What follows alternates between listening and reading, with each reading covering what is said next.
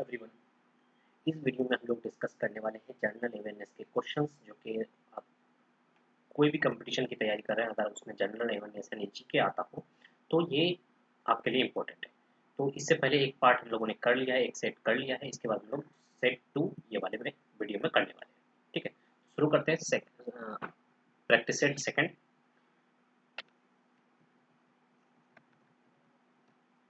ठीक है, तो पहला क्वेश्चन है, who found an imperial relationship between the half-life and half alpha decay and the energy of the emitted alpha particles in 1911। तो बोला गया कि एक रिलेशन होता है, एक रिलेशनशिप होता है हाफ लाइफ और अल्फा डिके का। ठीक है, अल्फा डिके का हाफ लाइफ होता है और उससे रिलेटेड जो एनर्जी होता है, एनर्जी जो इमिट होता है, उसके बीच में रिलेशन किसने ये किया था। ठीक है, किसने खोजा था। तो इसका आंसर आप दीजिएगा पहले खुद से, कर लिया हुआ आपने तो ये हो जाएगा गीजर एंड नोटल। ठीक है, तो ये जो है ये थोड़ा सा टफ क्वेश्चंस में से माना जाएगा। ठीक है, बट है तो है, आया हुआ है एग्जाम्स में। तो ये 1911 में जो है दोनों ने मिल करके, हंस जीजर और जॉन जॉन मिचेल नोटन, ठीक है, इन्होंने डिस्कवर किया था half life alpha alpha alpha decay का जो हाफ लाइफ होता है और उससे रिलेटेड जो एनर्जी होता है, ठीक है, एनर्जी जो इमिट करता है, उन उन दोनों का रिलेशन खोजा था। अगला question, what is the colour of sunlight when scattered by the air molecule in the atmosphere. ठीक है, सनलाइट की कलर की बात कर रहा है, जब एयर में आते ही वो स्कैटर्ड होता है। ठीक है, टकराने के बाद एटमॉस्फेयर के छोटे छोटे मॉलिक्यूल्स के से टकराने के बाद वो क्या करता है, उसका कलर क्या हो जाता है। ठीक है, तो सनलाइट का जो कलर हो जाता है वो होता है ब्लू। ठीक है,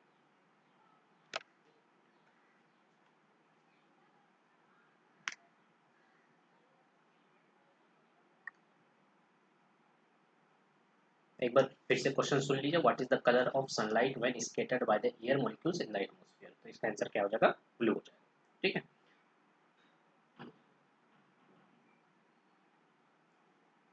अगला question, mangifera indica is the scientific name of, इनमें से किसका साइंटिफिक नेम मैग्नीफिरा इंडिका है। ठीक है, बहुत कॉमन क्वेश्चन है ये वाला। ठीक, तो इसका आंसर हो जाएगा मैंगो। मैंगो का जो साइंटिफिक नेम होता है वो होता है मैग्नीफेरा इंडिका, यानी आम का common name, scientific name. Crabs belong to the phylum. ठीक है, अब बोला गया है कि अलग अलग कैटेगरी के फाइलम होते हैं। ठीक है, उनमें से क्रैब्स जो है इनमें से कौन से कैटेगरी में पड़ता है, मोलास्का है, नाइडेरिया है, एंथ्रोपोडा है, या पिथाइलमिन्थीज है। तो इसका आंसर हो जाएगा एंथ्रोपोडा। ठीक है, एंथ्रोपोडा में होता क्या है पहले ये समझिए। क्रैब्स जो होता है उसमें वो बोला गया है कि फाइलम के एंथ्रोपोडा कैटेगरी में पाया जाता है। तो एंथ्रोपोडा में होता क्या है, इनवर्टिब्रे एनिमल है। ठीक है, इनवर्टिब्रे का मतलब क्या होता है, जिसकी रीढ़ की हड्डी नहीं होती वो होता है। उसके बाद एक्सोस्केलेटन का मतलब होता है जो उसका उसका स्केलेटल होता है। जैसे हम लोग का स्केलेटल होता है अंदर की ओर होता है, उसका स्केलेटल क्या होता है, बाहर की ओर होता है। ठीक है, हमारी जो हड्डियां वगैरह है वो बाहर, सॉरी, अंदर की ओर है, लेकिन बहुत सारे ऐसे एनिमल्स होते हैं जिसका स्केलेटन जो होता है वो बाहर की ओर होता है। ठीक है, तो उसको एक्सोस्केलेटन। तो इस तरह का ये होता है एंथ्रोपोड जो होता है, इनवर्टिब्रे होता है, एक्सोस्केलेटन होता है उसका बॉडी। ठीक है, और जॉइंट एपेंडेजेस। ठीक, तो क्रैब जो है ये एंथ्रोपोडा के कैटेगरी में आता है। अगला सुनिए, who invented the modern periodic table, किसने इन्वेंट किया था मॉडर्न पीरियोडिक टेबल को। ठीक, इसका आंसर हो जाएगा मेंडलीव। मेंडलीव ने किया था मॉडर्न पीरियोडिक टेबल का इन्वेंशन। ठीक है, अगला आइसोबार्स है, same mass number but atomic different atomic number, different mass number but same atomic number, same mass number but and atomic number, different mass number atomic number. ठीक है, isobars क्या होते हैं।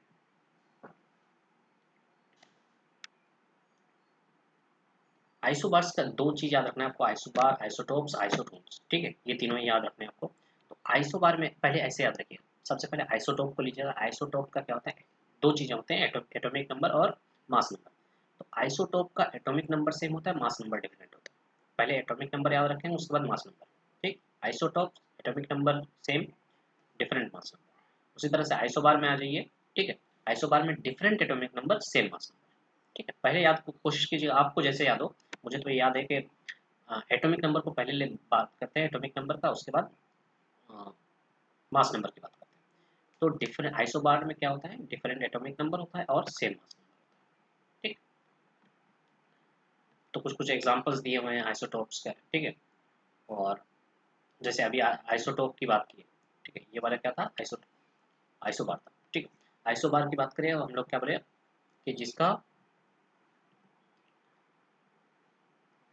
Atomic number different. ठीक, isobars की बात करें तो देखिए एटॉमिक नंबर देखिए 6 7 8 एटॉमिक नंबर अलग अलग है, मास नंबर सेम। ठीक है, मास नंबर सेम, तो ये हो जाएगा आइसोबार। उसी तरह से देखिए आइसोटोप्स में एटॉमिक नंबर सेम है, मास नंबर अलग अलग है।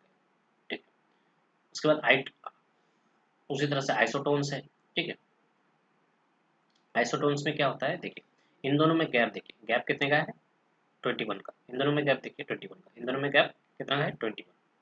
ठीक है, तो प्रोटॉन और जो न्यूट्रॉन बचता है वो कितना हो जाता है, 21 बचता है। ठीक है, number of neutrons.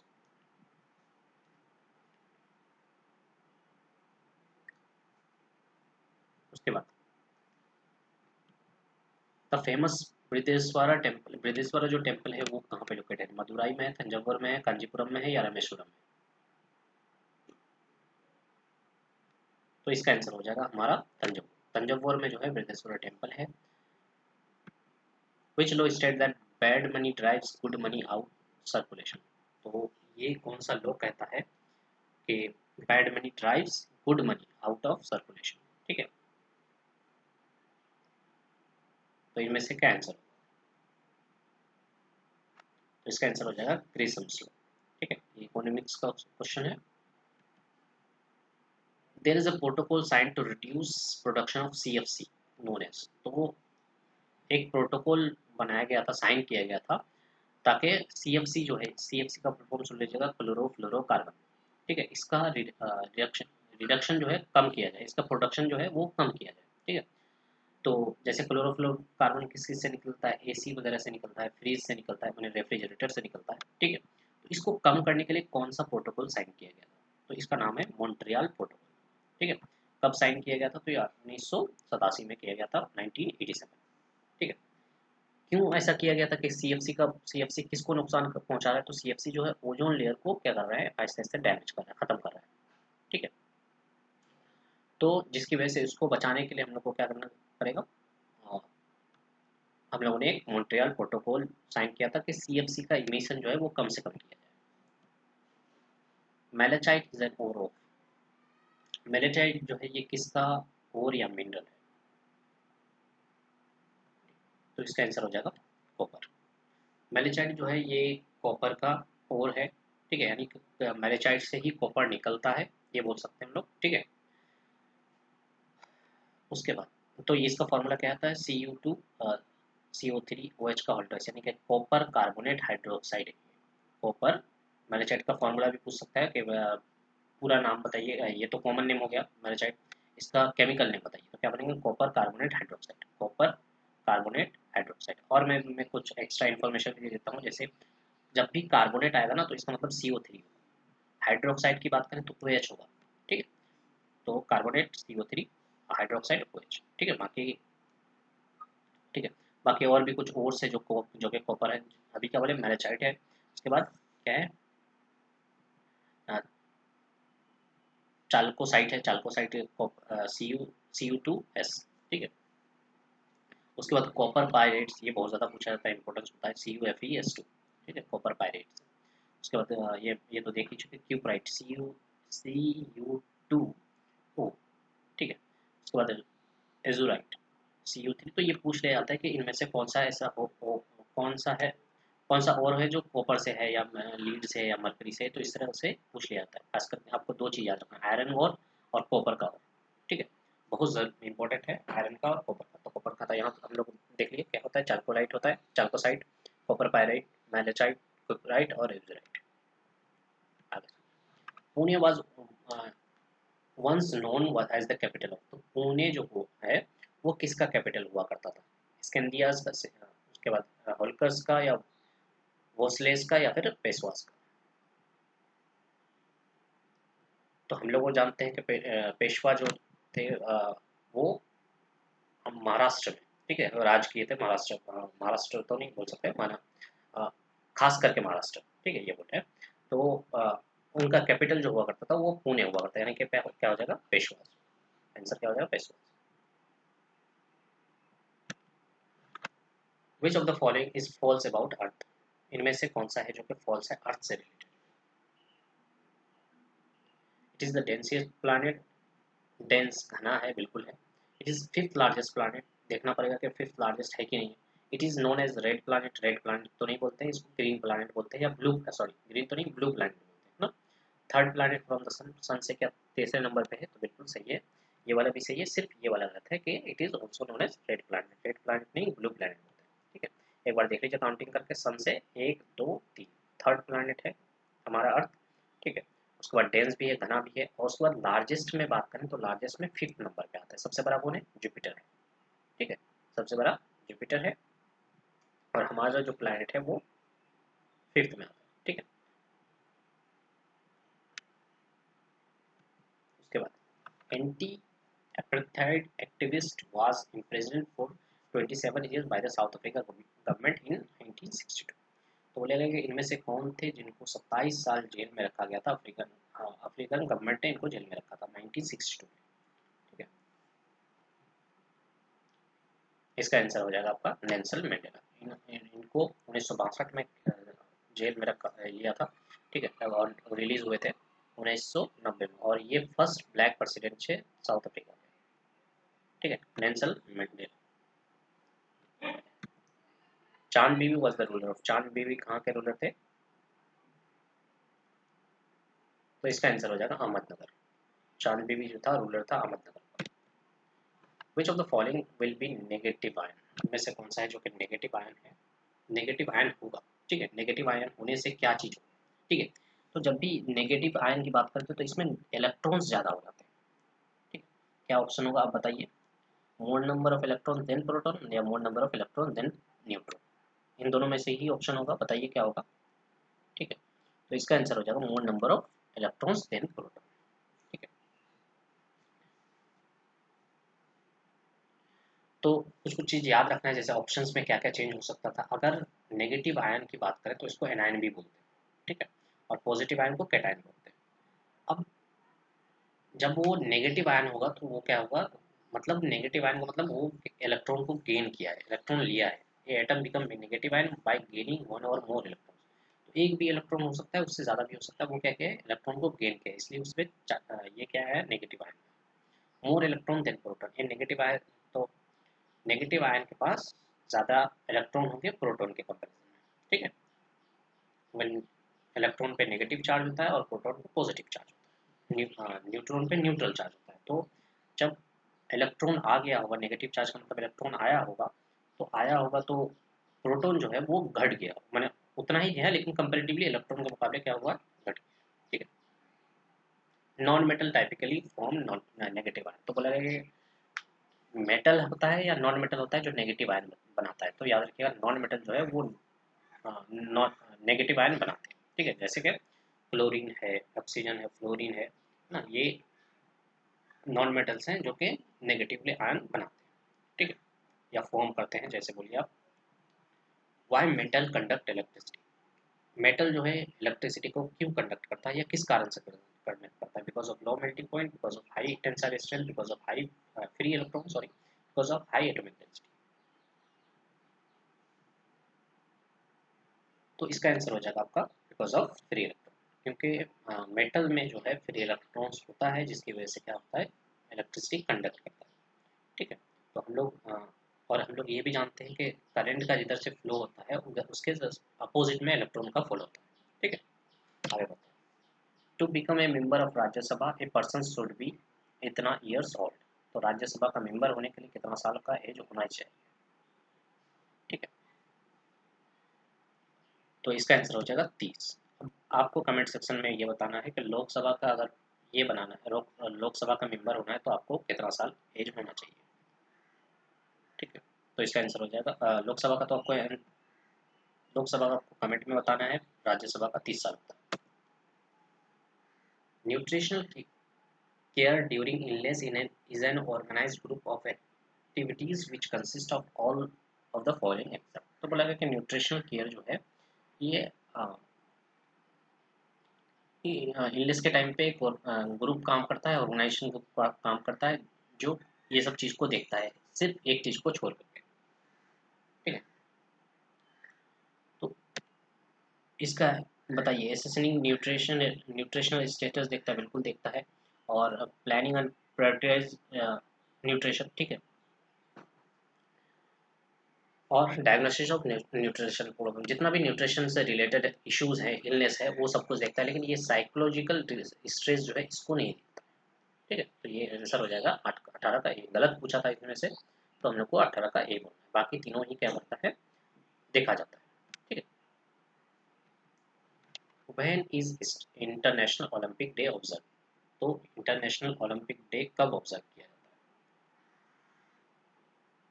International Olympic day से याद आया हमको, आपको, अच्छा इंटरनेशनल ओलंपिक डे, इसी से आगे शायद क्वेश्चन है हम लोग का कि एनवायरनमेंट डे। ठीक है, तो एनवायरनमेंट डे अगर याद है आपको, ठीक, उसी उसी मंथ पे ही ये ओलंपिक डे भी होता है। ठीक है, तो ये हो जाएगा 23 जून। ठीक है, तो क्या कैसे याद रखेंगे, याद रखने का तरीका मैं आपको बता रहा हूँ कि हम लोग जैसे जून को बोलते हैं, हम लोग बांग्ला में बोलते हैं हम लोग जॉन, 5-6 जन, 2-3 जन, मैंने ऐसे ही बोलते हैं हम लोग 2-3 जन। ठीक है, तो इंटरनेशनल ओलंपिक डे मनाने के लिए ना हम लोगों को इंडिया से 2-3 जन आदमी को बुलाया गया था। ठीक है, बांग्ला हिंदी में तो हम लोग 2-3 जन बोलते हैं, ऐसे ही बोलते हैं। ठीक है, लेकिन बांग्ला में क्या बोलते हैं, 2-3 जन। ठीक, तो जून को हम लोग करेंगे जॉन। ठीक है, 2-3 जन को आदमी को बुलाया था ओलंपिक डे पे। ठीक है, तो ऐसे याद रखेंगे तो 23 जून हो जाएगा इसका। कैसे भी करके आपको याद रखना है बस। The unit of momentum, momentum का यूनिट क्या होता है? ठीक है, तो मोमेंटम जो होता है वो क्या होता है, मास इंटू वेलोसिटी होता है। ठीक है, मोमेंटम जो होता है वो मास इंटू वेलोसिटी होता है, तो मास का क्या हो जाएगा केजी, और वेलोसिटी क्या होता है मीटर पर सेकंड, तो आंसर क्या हो जाएगा केजी मीटर पर सेकंड। हाइड्रा रिप्रोड्यूसेस बाय, कहना ये चाह रहा है कि हाइड्रा हाइड्रा जो है रिप्रोडक्शन जो होता है हाइड्रा में, वो कैसे होता है, किस प्रोसेस से होता है, फ्रेगमेंटेशन, मल्टीपल फिजन, बडिंग या फिर बाइनरी फिजन। तो इसका आंसर हो जाएगा बडिंग से। मतलब हाइड्रा है ये, ठीक, हाइड्रा का एक छोटा सा अ, कली टाइप का ये निकलता है, थोड़ा सा छोटा सा।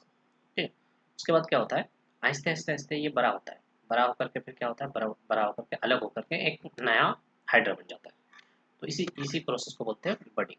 बड मैंने कली, कली की तरह पहले निकलता है, उसके बाद आहिस्ते आहिस्ते बड़ा हो जाता है और अलग हो जाता है उसको।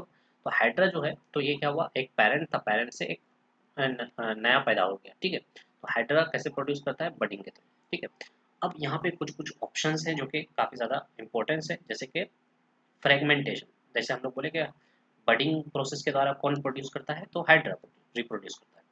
फ्रेगमेंटेशन प्रोसेस के द्वारा कौन प्रोड्यूस करता है, तो इसका याद रखना है स्पाइरोगायरा, याद रखना है। फ्रेगमेंटेशन प्रोसेस के द्वारा कौन रिप्रोड्यूस करता है, तो याद रखिएगा स्पाइरोगायरा। ये सारे एग्जाम में पूछे हुए क्वेश्चन है। बाइनरी फिशन के द्वारा कौन रिप्रोड्यूस करता है, तो ये हो जाएगा एमीबा। ठीक है, अगला क्वेश्चन, वर्ल्ड इन्वायरमेंट डे। तो जैसे मैंने पिछले क्वेश्चन में बताया था कि हम लोग जून को जॉन पढ़ते हैं। ठीक है, तो इन्वायरमेंट को बचाने के लिए कम से कम 5 जन लोग चाहिए। ठीक है, एक तो चारों तरफ से और एक जन ऊपर से भी बचाना है, जमीन के नीचे से नहीं बचाना है। तो इन्वायरमेंट को बचाने के लिए 5 जन लोग चाहिए, 5 जन लोग चाहिए। ठीक है, 5 जून लोग चाहिए, ऐसे ही। ठीक है, 4 जन चारों तरफ से और एक जन ऊपर से, तो 5 जन मिल करके बचाएंगे इन्वायरमेंट। ठीक, आंसर क्या हो जाएगा 5 जून। अगला, the percentage of carbon in carbon, ये कार्बन डाइऑक्साइड होगा। ठीक है, ये कार्बन डाइऑक्साइड होगा, तो percentage of carbon in carbon dioxide, carbon dioxide में कार्बन का परसेंटेज कितना है, तो कैसे निकालेंगे, देखिए कार्बन का जो मोलिकुलर वेट होता है, ठीक है, वो कितना है, 12। ऑक्सीजन का कितना होता है, ये 16। ठीक है, 12 और 16, तो लेकिन यहाँ कार्बन डाइऑक्साइड है, CO2 है, तो 16 दुना 32। ठीक है, CO2 है तो 16 दुना 32 और प्लस 16, सॉरी, हाँ, 16 दुना 32 प्लस 12, 48 हो गया। और कार्बन का निकालना है, तो जिसका निकालना है डिवाइडेड बटे टोटल, तो 12 बटे 48 इंटू 100, ये 27.3 हो जाएगा। अगर वहीं पे CO होता, जो ये मैंने गलती से किया है, CO अगर होता तो क्या लिखते, कार्बन का लिखते 12 डिवाइडेड बटे कार्बन प्लस 12, यानी कि 16 प्लस 12 कितना हो जाता 28। तो 12/28 होता सिर्फ अगर CO रहता तो, यहाँ पे CO2। ठीक है, सॉलिड कार्बन डाइऑक्साइड को क्या बोला जाता है? सॉलिड कार्बन डाइऑक्साइड को क्या बोला जाता है? तो इसका आंसर हो जाएगा ड्राई आइस। ये भी बहुत कॉमन क्वेश्चन है, सॉलिड कार्बन डाइऑक्साइड को ड्राई आइस बोला जाता है। Who was the chairman of drafting committee of the constituent assembly? तो बोला गया कि हम लोग का जब ड्राफ्टिंग कमेटी, कॉन्स्टिट्यूएंट असेंबली का जो ड्राफ्टिंग कमेटी था, उसके चेयरमैन कौन हुआ? तो इसका आंसर हो जाएगा B.R. अम्बेडकर। ठीक है, B.R. अम्बेडकर हो जाएगा। In the event of non-enforcement of DPSP, any directive principle of state policy by the government, a citizen of India can move to। तो आदमी कहाँ मूव कर सकता है? High court, supreme court, district court या none of this. ठीक, तो याद रखना है वो कहीं पे भी नहीं जा सकता। क्यों? क्योंकि DPSP जो है वो आपका ये नॉन जस्टिसेबल है। तो याद रखना है ये ऑप्शन, इस तरह का भी क्वेश्चन पूछा गया कि DPSP इज जस्टिसेबल और नॉट जस्टिसेबल, तो क्या बोलेंगे? Not justiciable, meaning they are not legally enforceable by any court. ठीक है, तो ये याद रखना है आपको कि लीगली जो है कोई भी इन्फोर्स नहीं कर सकता है bye any court of law in India. ठीक है,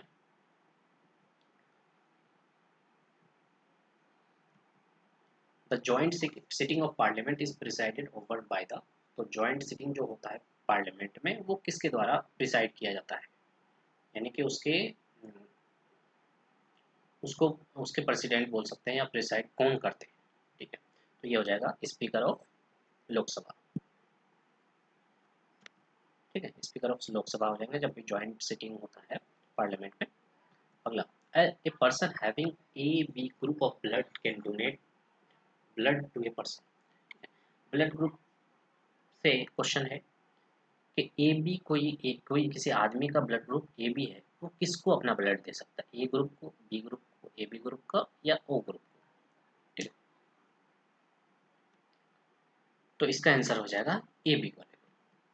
याद रखिएगा AB ग्रुप वाला सिर्फ AB वाले ही को दे सकता है, लेकिन ले किसी से भी सकता है। ठीक है, तो याद रखिएगा कि AB blood group can only donate blood with AB blood type. Donate सिर्फ वो AB को ही कर सकता है, लेकिन ले हर एक किसी के साथ ले सकता है, तो इसलिए इसको यूनिवर्सल रेसिपेंट बोलते हैं, यानी कि रिसीव करने वाला बोलते हैं। ठीक है, वो हर किसी से ले सकता है लेकिन देगा सिर्फ AB वाले को। ठीक है, और O के साथ उल्टा है, वो क्या करेगा? वो हर किसी को दे सकता है। ठीक है, वो जो है हर किसी को दे सकता है लेकिन लेगा किसको? सिर्फ O वाले को। ठीक है, तो AB वाले ग्रुप को क्या, वो अपने आप से ही लेगा। ठीक है, सॉरी, अपने आप वाले को ही देगा। AB ग्रुप जो है AB वाले ग्रुप को ही दे सकता है लेकिन ले हर किसी से सकता है। ठीक है, याद रखना। The atmosphere is heated mainly by. जो हमारा एटमोसफियर जो गर्म हो रहा है वो किसकी वजह से, कैसे, किस प्रोसेस से होता है? इंसुलेशन, कंडक्शन, रेडिएशन या कन्वेक्शन। ठीक है, तो ये प्रोसेस है रेडिएशन का। ठीक है, आंसर आंसर क्या हो जाएगा? रेडिएशन। हम लोगों के एटमोसफियर तक जो सनलाइट या सनरेज जो हम लोगों तक पहुंचता है वो, या हीट जो पहुंचता है वो रेडिएशन प्रोसेस के थ्रू पहुंचता है। ठीक है, अब उसमें क्या होता है, जो स्मॉल स्मॉल पार्टिकल्स होते हैं, ठीक है, वो तो अर्थ के द्वारा एब्जॉर्ब किए जाते हैं, लेकिन जो लार्ज पार्टिकल्स होते हैं या लार्ज लॉन्ग वेव इंफ्रारेड जो होते हैं, ठीक है, शॉर्ट वेव तो हमारे अर्थ के द्वारा एब्जॉर्ब कर लिए गए, लेकिन जो लॉन्ग वेव इंफ्रारेड रेडिएशन होता है वो एब्जॉर्ब किया करता है कौन? ग्रीन हाउस गैसेस, जितने भी कार्बन डाइऑक्साइड है, उसके बाद आपके मीथेन है। ठीक है, जितने भी ग्रीन हाउस गैसेस है वो एब्जॉर्ब करता है।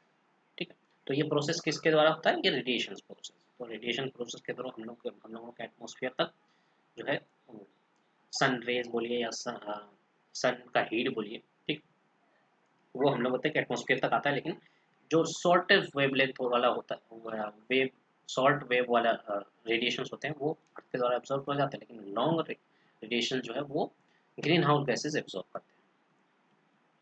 Motilal Nehru and Chittaranjan Das was and founder of.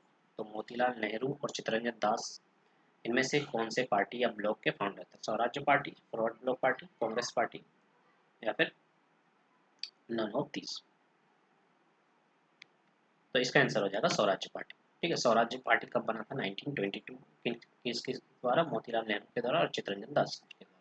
ठीक है, इनका गोल क्या था? Goal of achieving greater India self rule through the entry of into legislative council में एंट्री करने के लिए, ठीक है, ये पार्टी बनाई गई थी। ठीक है, ताकि हम लोग सेल्फ रूल कर सकें। अब स्लश एंड बर्न एग्रीकल्चर जो है, इनमें से एसोसिएट स्टेट बोला है, यानी कि स्लश एंड बर्न जो होता है, मैंने फसल काट लेने के बाद, ठीक है, उसको क्या कहते हैं? जलाया जाता है, उसको स्लैश एंड बर्न बोलते हैं। जैसे कि धान धान हुआ, गेहूं हुआ, ठीक है, उसमें जो बचा हुआ राग बच जाता है, राग ये जो बच जाता है, ठीक है, तो उसको काट करके जलाया जाता है। ठीक है, तो अलग अलग जगह पे अलग अलग नाम है। ठीक है, तो इनमें से कौन सा है? जैसे दहत्य है, कहाँ पे बोला जाता है? कुरुआ कहाँ पे बोला जाता है? ब्रिंगा, एपेंडा, ये सारे हैं कौन कौन से स्टेट से रिलेटेड है। ठीक है, तो इसका आंसर क्या हो जाएगा? ए का देखिए, दतिया जो है ये मध्य प्रदेश का है, कुरुवा जो है ये झारखंड का है, उसके बाद ब्रिंगा, प्रोनाउंसिएशन में अगर कुछ गलती हो तो देख लीजिएगा, आप थोड़ा सा मैनेज कर लीजिएगा। ब्रिंगा जो है ये आपका उड़ीसा में होता है, और पेंडा जो है ये आंध्र प्रदेश। ठीक, अगला question. The founded the first city of Delhi and named it Indraprastha. ठीक है, बोला गया है कि दिल्ली रीजन का जो पहला सिटी है, ठीक है, वो उसका नाम रखा गया था इंद्रप्रस्थ। वो किसके द्वारा बनाया गया था? पुर्तगीज, कारवाज, मुगल्स या पांडवास? तो दिल्ली रीजन में जो पहला सिटी बनाया गया था उसका नाम याद रखिएगा, नाम इंद्रप्रस्थ था, और किसके द्वारा बनाया गया? तो ठीक हो जाएगा, Pandavas.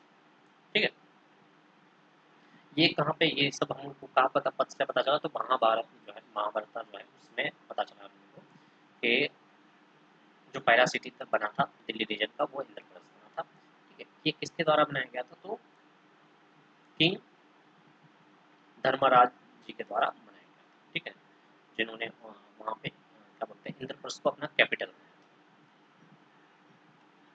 Who painted the masterpiece Hamsa Damayanti? ठीक है, किसने मास्टरपीस हमसा दमयंती को पेंट किया?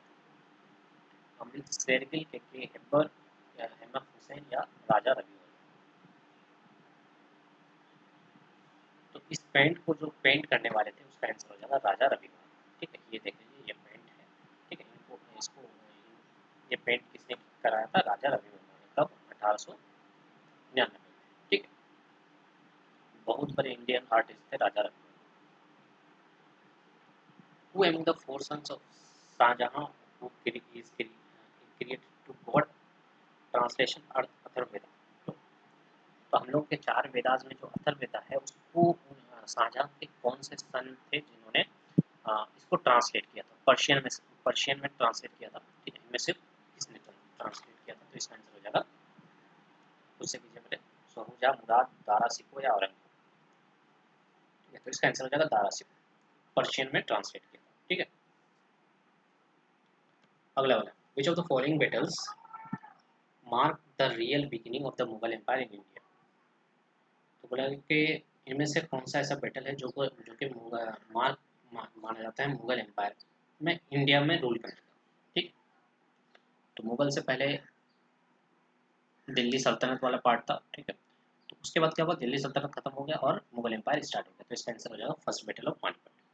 और मैंने पिछले वीडियो में भी बताया था कि मुगल से रिलेटेड क्वेश्चन अब कम ही आने के चांसेस हैं। स्टेट लेवल पे आएगा, शायद सेंट्रल लेवल पे बिल्कुल ही खत्म हो जाएगा। ठीक है, तो देखा जाएगा, 101 साल में तो पता कुछ कुछ लगातार एग्जाम होगा तो पता चल ही जाएगा कि मुगल से क्वेश्चंस आ रहे हैं या नहीं। ठीक, तो नहीं आएगा तो नहीं पढ़ना है।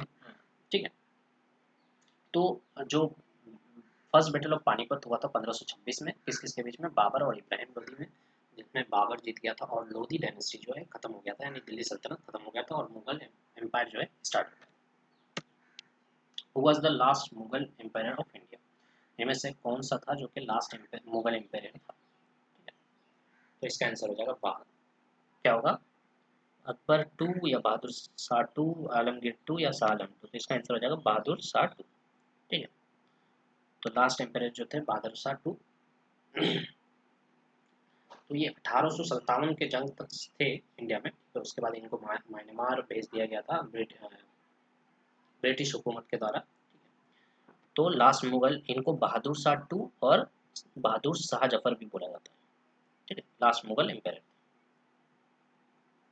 The latitude that pass through Sikkim also passes through, तो बोला गया कि एक ऐसा लेटीट्यूड है जो हम लोग जानते हैं, दो तरह के हम लोग इमेजिनरी लाइन्स को मानते हैं, एक होता है लेटीट्यूड, एक होता है लॉन्गिट्यूड, ठीक है। तो बोला गया कि कौन ऐसा लेटीट्यूड है जो सिक्किम से तो पास करता है, और कौन सा स्टेट से पास करता है? राजस्थान, पंजाब, हिमाचल प्रदेश और जम्मू एंड कश्मीर। एक बार आप मैप को विजुअलाइज कीजिए, विजुअलाइज करने के बाद देखिए कि सिक्किम के सीधे सीधे पश्चिम पूर्व जिधर भी चाहे, ठीक है, विजुअलाइज कीजिए कि कौन सा स्टेट आता है, पंजाब आएगा, राजस्थान आएगा, हिमाचल प्रदेश आएगा या जम्मू एंड कश्मीर आएगा।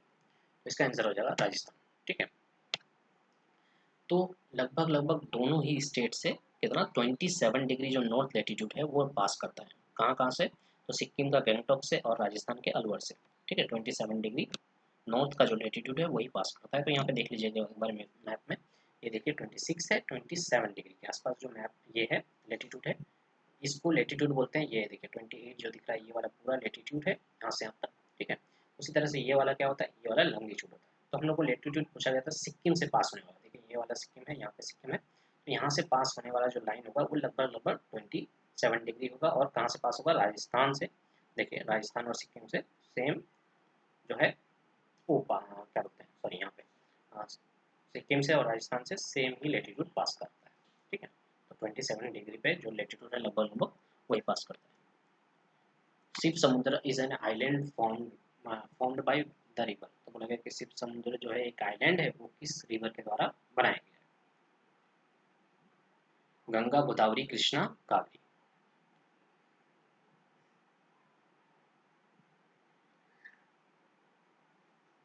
तो इसका आंसर हो जाएगा आपका कावेरी जो है, इसका आंसर होगा। शिव समुद्र आइलैंड जो है वो बनाया गया था कावेरी रिवर, ठीक है। कावेरी रिवर पे बनता है शिव समुद्र आइलैंड।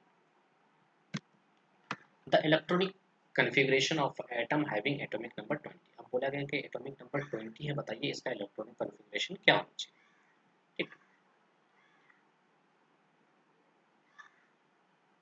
तो ये याद रखना है आपको कि 2 8 8 है ना, 16 करके होता है, 2 8 8 16 और 32 इस तरह से होता है, ठीक है। कभी भी 10 नहीं हो सकता है, ठीक है। ये तो गया ऑप्शन। उसके बाद 2 6 6, ये क्या होता है, ऑक्टेट पूरा करने के लिए 8 तो चाहिए, तो 8 6 के बाद 8 है, ठीक है। तो ये भी नहीं हो सकता क्योंकि अगर इसमें कमी था, ठीक है, तो ये वाला तो यहीं पे 8 होना चाहिए था, फिर 2 8 8 होता है, ठीक है। तो ये भी वाला भी इनकम्प्लीट है। उसके बाद 10 नहीं हो सकता है, 2 के बाद 8 फिर 8 होता है, ठीक है। तो 2 8 8, उसके बाद बाकी जितना बच गया वो 20 में कितना बचा देखिए, 8 2 10 और 8 2 10, तो 2 से शुरुआत करेंगे, है ना, हम लोग ऐसे करके जाएंगे। तो इस तरह का कुछ होता है कि जो नंबर ऑफ इलेक्ट्रॉन्स होते हैं, ठीक है, वो पहले सेल में 2 होते हैं, यहाँ पे देखिए ए सेल में जो होता है वो 2 होते हैं, उसके बाद एल सेल में 8 होते हैं, उसके बाद एम सेल में 8 होते हैं, उसके बाद 16 होते हैं, इस तरह से चलता है, ठीक है। तो 2 8 8 इस तरह से चलता है। यहाँ पे भी देख सकते हैं, देखिए 1s 2s, ठीक। उसके बाद 3s में देखिए और 4s में, ये 6 और 2 8, देखिए 3s और 3p में 6 और 2 8, 2s और 2p में देखिए 6 और 2 8, ठीक है, और पहले वाले में 2 ही होता है, ठीक है। बाकी जो बच गया वो फिर आगे एस पी डी ऐसे चलते रहता है। तो इसका जो सेल का डिस्ट्रीब्यूशन होगा वो क्या होगा, 2 8 8 2, ये इलेक्ट्रॉनिक कन्फिग्रेशन है एक्चुअल में, ठीक है।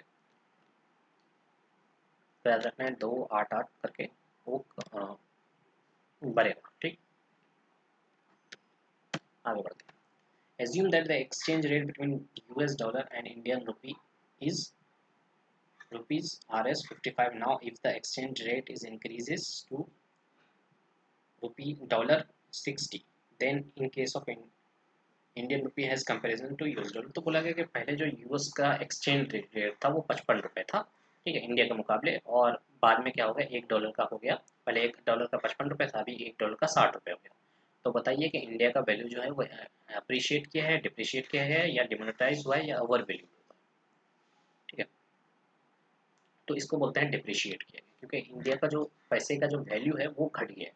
इसलिए क्या हो रहा है कि 1 रुपये में पहले 55 रुपये, $1 में पहले 55 रुपये के बराबर था, अभी 1 रुपये में, सॉरी, $1 में 60 रुपये हो गया। तो इंडिया का वैल्यू ऑब्वियसली घटा है, ठीक है, डिप्रिशिएट हुआ है।